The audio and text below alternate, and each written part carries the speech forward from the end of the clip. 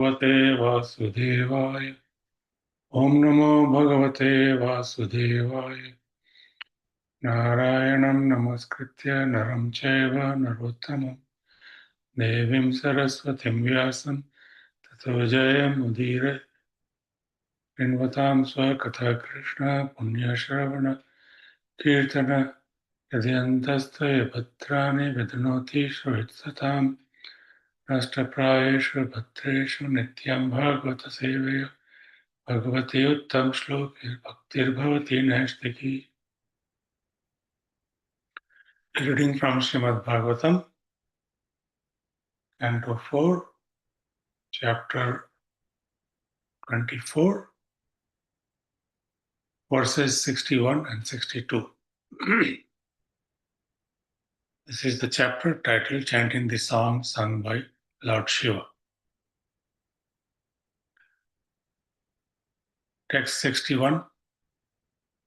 Vyomaya yedam puru rupaya srijad viprati bhuya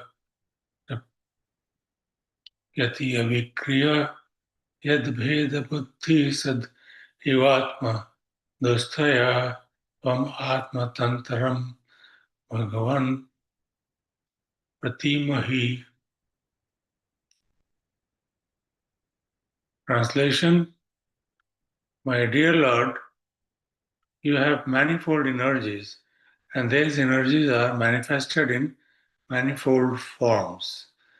With such energies, you have also created this cosmic manifestation. And although you maintain it as if it were permanent, you ultimately annihilate it. Although you are never disturbed by such changes and alterations, the living entities are disturbed by them. Therefore, they find the cosmic manifestations to be different or separated from you. My Lord, you are always independent, and I can clearly see this fact. Purport by His Divine Grace Srila Prabhupada, Srila Prabhupada Ki Jai.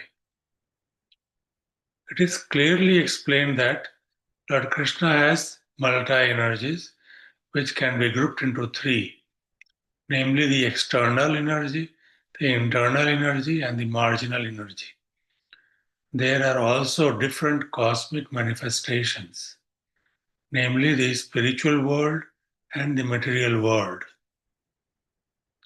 as well as different types of living entities.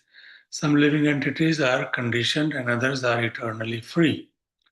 The eternally free living entities are called Nitya Mukta, for they never come in contact with the material energy.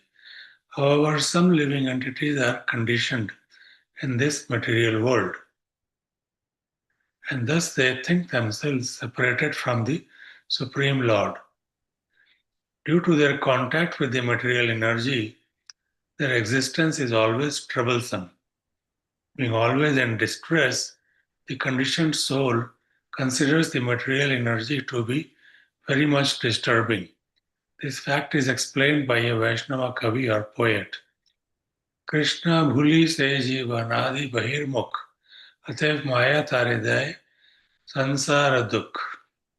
When the living entity forgets the Supreme Lord and wants to enjoy himself independently, imitating the Supreme Lord, he is captured by the false notion that he is the enjoyer and is separated from the Supreme Lord.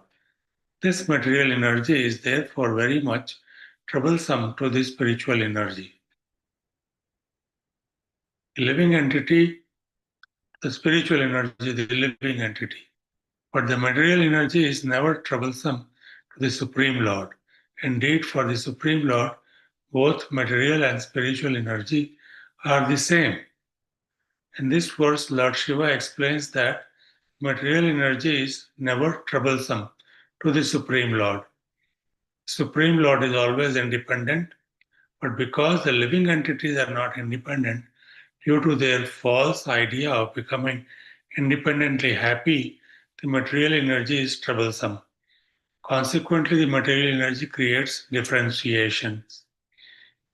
Because the Mayavadi philosophers cannot understand this, they want to be relieved from the material energy. However, because a Vaishnava philosopher is in full knowledge of the Supreme Personality of Godhead, he finds no disturbance even in the material energy. This is because he knows how to utilize the material energy for the service of the Lord. In the government, the criminal department and civil department may appear different in the eyes of the citizens, but in the eyes of the government, both departments are one and the same. The criminal department is troublesome for the criminal, but not for the obedient citizen. Similarly, this material energy is troublesome for the conditioned soul, but it has nothing to do with the liberated souls who are engaged in the service of the Lord. Through the Purusha Avatara, Mahavishnu, the Supreme Personality of Godhead created the whole cosmic manifestation. Simply by breathing out all the universes, the Lord creates and maintains the cosmic manifestation as Lord Vishnu. Then, as Sankarshana, he annihilates the cosmic manifestation. Yet, despite the creation, maintenance, and destruction of the cosmos, the Lord is not affected. The various activities of the Lord must be very disturbing to the tiny living entities. But since the Lord is supremely great, he is never affected. Lord Shiva or any other pure devotee can see this clearly without being blinded by Veda Buddhi or differentiation. For a devotee, the Lord is the supreme spirit, soul, since he is supremely powerful. His various powers are also spiritual. For a devotee, there is there is nothing material, or material existence only means forgetfulness of the supreme personality of Godhead. Text 62. Kriyakalaparidam eva yogina Shraddhanvita sadhu yajanti siddhaye Bhutendriya Bhutendriyanta karanopalakshitam Vede cha tantre cha taeva kovida. My dear Lord, your universal form consists of all five elements: the senses, mind, intelligence, false ego, which is material, and the Paramatma, your partial expansion, who is the director of everything. Yogis other than the devotees, namely the Karma Yogi and Jnana Yogi, worship you by their respective actions in their respective positions. It is stated both in the Vedas and in the Shastras that are corollaries of the Vedas, and indeed everywhere, that it is only you who are to be worshipped, that is the expert version of all the Vedas. Purport. In a previous verse, Lord Shiva wanted to see the form of the Lord, which the devotees are always interested in. There are other forms of the Lord manifest in the material world, including Brahma and other demigods, and these are worshipped by materialistic persons. In the second canto, third chapter of Srimad Bhagavatam, it is stated that those who desire material benefits are recommended to worship different types of demigods. And in conclusion, the Bhagavad recommends akama sarva kamo va moksha kama udara vritti tivrena bhakti yogena yajeta purusham param. Bhagavatam, second canto, third chapter, 10th shloka. The devotees, the jnanis who are known as mokshakam, and the karmis who are known as sarvakam, are all aspiring to worship the Supreme Personality of Godhead, Vishnu. Even when one performs yajnas, as stated here, Kriya Kalape, he should always remember that the demigods are but agents of the Supreme Lord. Actually, the worshipful Lord is Vishnu, Yajneshwara. Thus, even when different demigods are worshipped in the Vedic and Tantric sacrifices, the actual goal of sacrifice is Lord Vishnu. Therefore, Bhagavad Gita 9:23, it is said, Epi anya devata bhakta yajante shraddhaya anvita tepi mameva kanteya yajanti avidhi purvakam. Whatever a man may sacrifice to other gods, the son of Kunti, is really meant for me alone, but it is offered without true understanding. Thus, the worshippers of various demigods also worship the Supreme Lord, but they do so against the regulative principles. The purpose of the regulative principles is to satisfy Lord Vishnu. In the Vishnu Purana, the very same thing is confirmed. Purnashrama charvata purushena para puman Vishnuradhyate pantha nanyat tattosha karanam.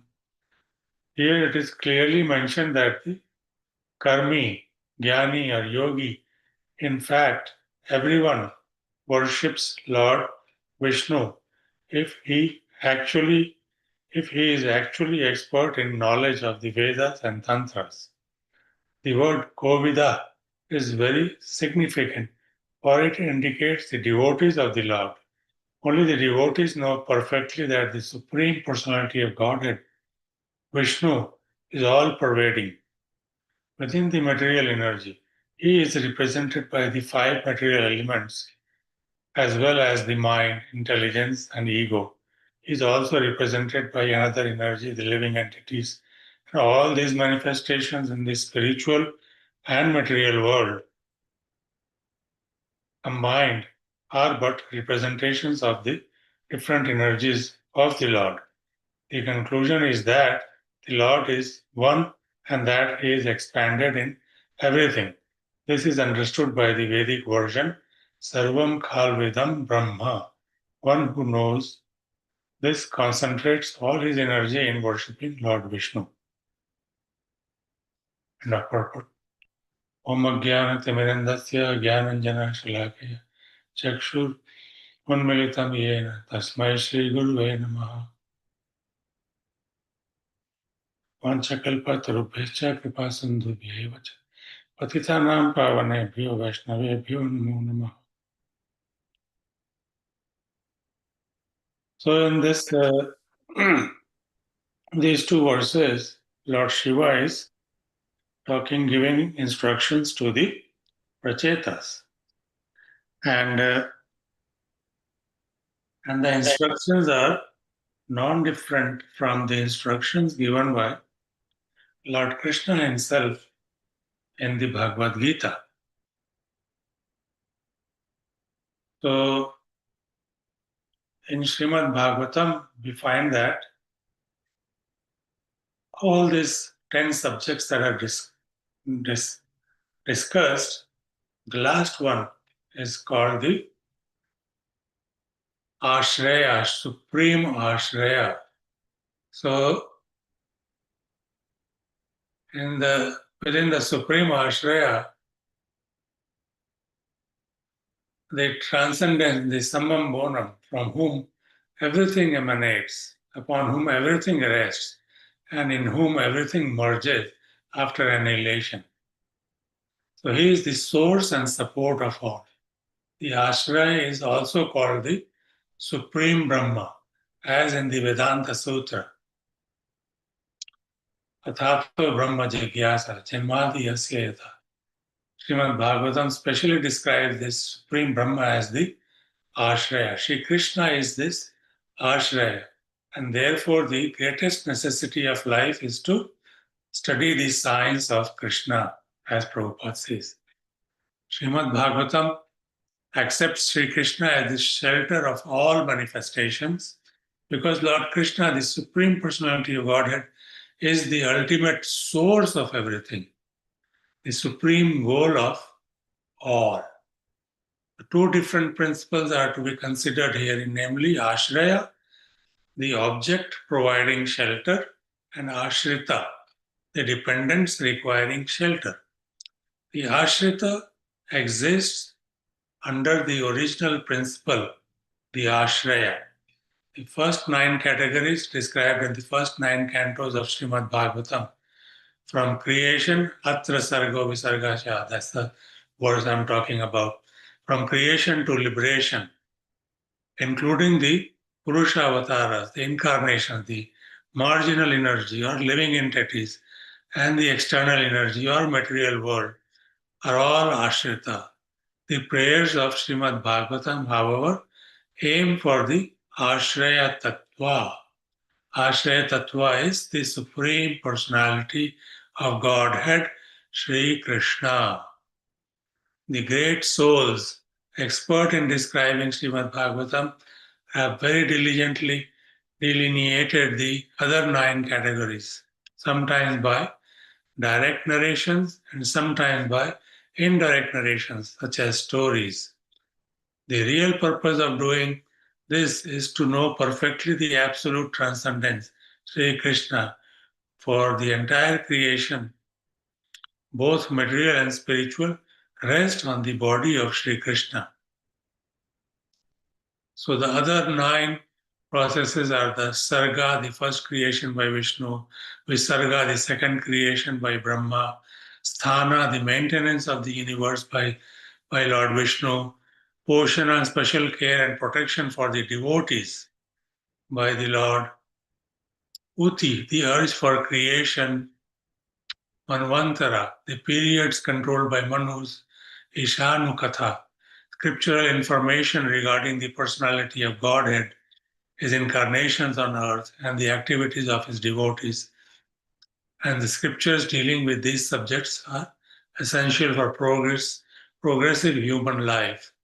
Nirodha, the winding up of all energies employed in creation. Such potencies are emanations from the personality of Godhead, who eternally lies in the Karana ocean. The cosmic creations manifested with his breath are again dissolved in due course. Mukti, the 9th one, liberation of the conditioned soul encaged by the gross and subtle coverings of body and mind. So we see that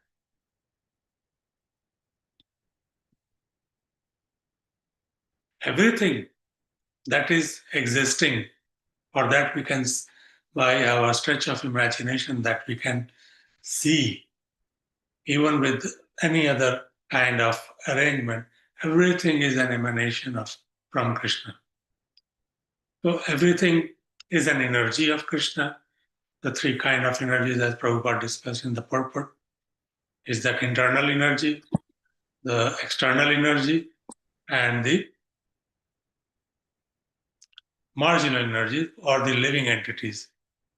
Okay, marginal energy is a combination of material and spiritual. So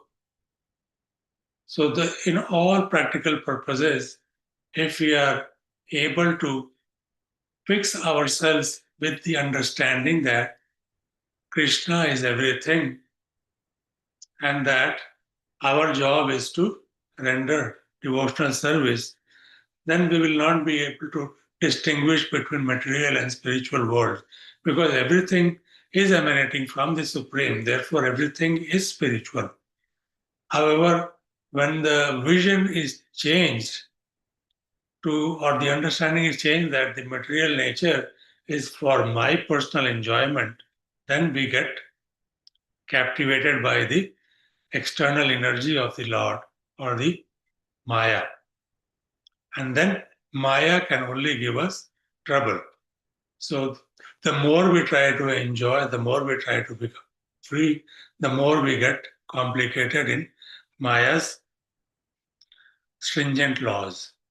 So if we are a soul surrendered, then Maya will not affect us, because as an energy of the Lord, as Krishna says, Maya Dhyakshen Prakriti Suyate Sa Characharam Hetu Nanen Kanteya Jagat Vipari Vartate. This material energy is working under my direction. Since Paramatma also exists within every living entity, So Paramatma also can direct from within the soul. If the soul is Paramatma as a witness, understand the soul is looking to enjoy. It is moving away from me. It is making a disconnect from me. So when the individual soul thinks like that or makes a disconnect with the Paramatma, then he is under the stringent laws of the material nature, Maya. And Maya then gives all kinds of trouble to such soul. So Lord Shiva is also saying pretty much the same thing. And Prabhupada has given extensive explanation both for both the verses. And in Chaitanya Charitamrita, he gave an elaborate description about that the verse about Atra Sargo from Srimad Bhagavatam. So anybody interested can look up the verse. The verse in Chaitanya Charitamrita is in Adi Leela, second chapter, verses 91 and 92. So that's where Prabhupada has given the description about that, about that verse from Bhagavatam. So with this, I conclude. I beg forgiveness for